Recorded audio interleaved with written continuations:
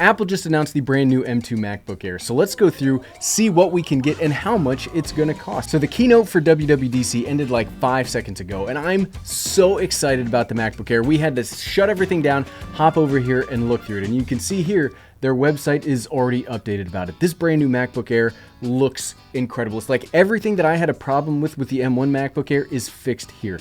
Look at this new design. The one thing that I would say I don't like about the brand new MacBook Air is, look at this design. They took away the wedge shape, which really helped with the typing. Yes, it's a thinner overall laptop, but what they've talked about, it looks so good. Look at this all new design with new colors, new camera, new processor. Let's start off with the design. So they have totally reworked what the MacBook Air is. So it says less to carry, more to love, and I do think it looks really incredible. So this new MacBook Air will be 2.7 pounds and be 0.44 inches thin. That's an inch. So it's gonna be less than half of that. For what they've talked about, that's shockingly. It's still gonna be all aluminum, ultra fast.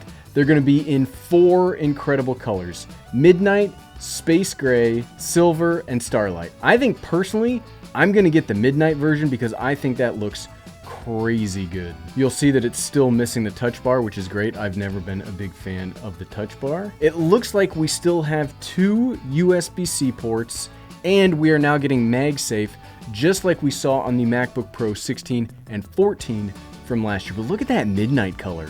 Let me know in the comments below what your favorite color of these 4 are.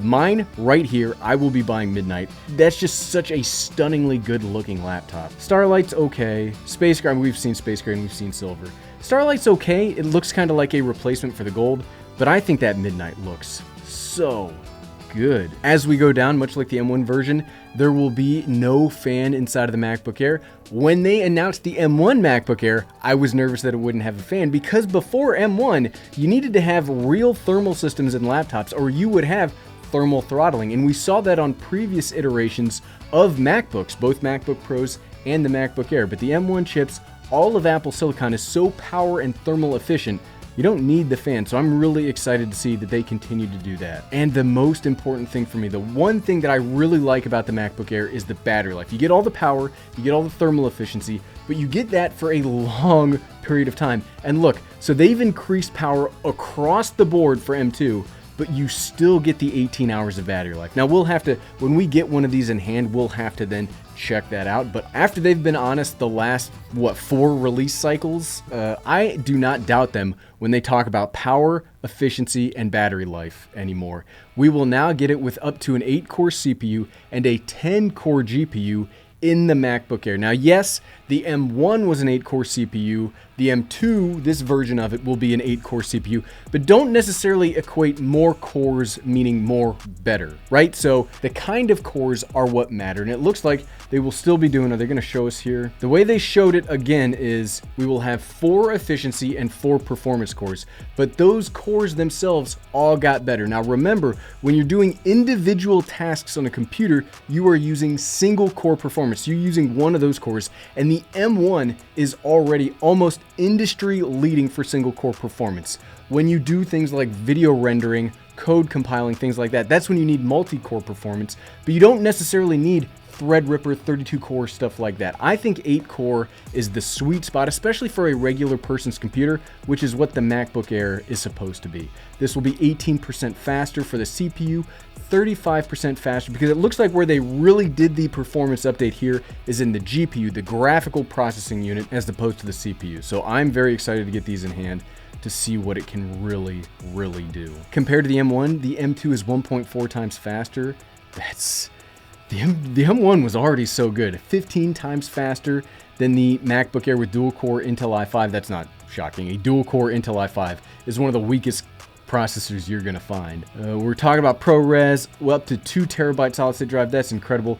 But they've also updated the display. The display on the MacBook Air for the M1, it was an old design using the old shell. So seeing that they've updated it to a 13.6-inch Liquid Retina display, why, I don't understand the MacBook Pro 14 anymore if the MacBook Air is going to have almost a 14-inch display. Yes, I doubt this will have ProMotion. It'll have a slower refresh rate, but for me, for work purposes, This is now the perfect laptop. It also goes to 500 nits of brightness, where the M1 had 400 nits. So if you do work outside a lot or you work in mixed lighting, that's going to be awesome to be able to go even brighter on it. Sounds great, looks great. We're also getting the updated 1080p Facetime HD camera that we saw in the MacBook Pros, the M1 iMac, all the new computers. They've put their new 1080p camera in here. It should be so good.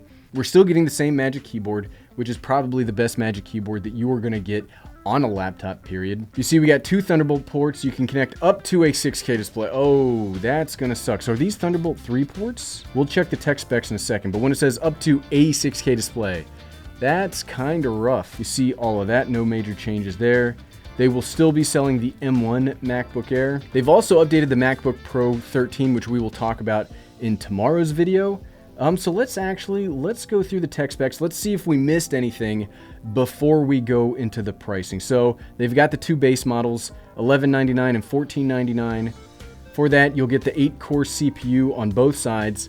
The cheaper version will get an 8-core GPU. The more expensive version will get the 10-core GPU.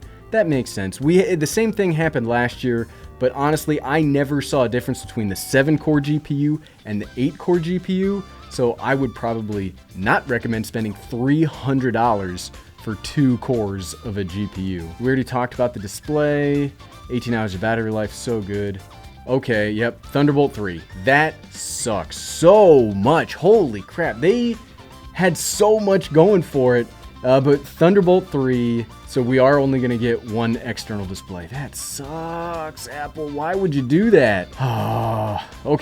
Okay, let's go over to the pricing and see what our models are going to do. I would have spent a little bit more to get Thunderbolt 4. At least give us Thunderbolt 4 in the higher end option for $1499. That I don't feel like you're getting enough updates over here to justify $300, but let's build one of these out ourselves. So this is the base model. Currently undeliverable, which we don't yet know. So 256 gigabyte solid state drive, the 30-watt power adapter. We can add the 10-core GPU for $100. I don't know why you would. We can go up to 24 gigabytes of unified memory, that's kind of a weird number of memory. Normally you go 8, 16, 32. You do it in multiples of 8. It's kind of weird that you would do 24 gigabytes of unified memory. You can go up to a 2 terabyte solid state drive.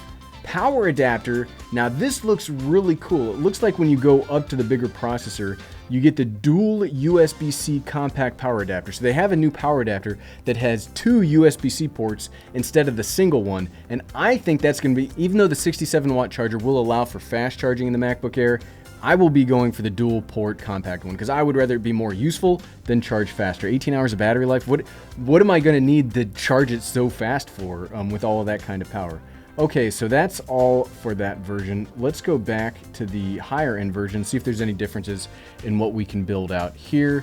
Still up to 24 gigabytes of unified memory, 2 terabyte solid state drive, and we will just stick with the 35-watt dual USB-C port adapter. You can get the other one without a cost update. So the most expensive version of the brand new M2 MacBook Air will be $2499. That is very expensive, but if I were building one, what would I build? Well, I'd go back to the base model, the lower end base model, because I do not think that version is worth. Can you get the dual? Okay, you can get the 2-port USB-C adapter without upgrading the processor, and you get it for $20. I would do that. I would do 16 gigabytes of unified memory, and I would do a terabyte solid state drive. That will be the perfect iteration of this computer, and this will be the one that I will be personally purchasing. The 8-core M2 with the 8-core GPU, 16 gigabytes unified memory, 1 terabyte solid state drive, the 35-watt dual USB-C port compact power adapter for $1819. It's expensive for a laptop. If you're just trying to save the most amount of money, I would get the M1 MacBook Air,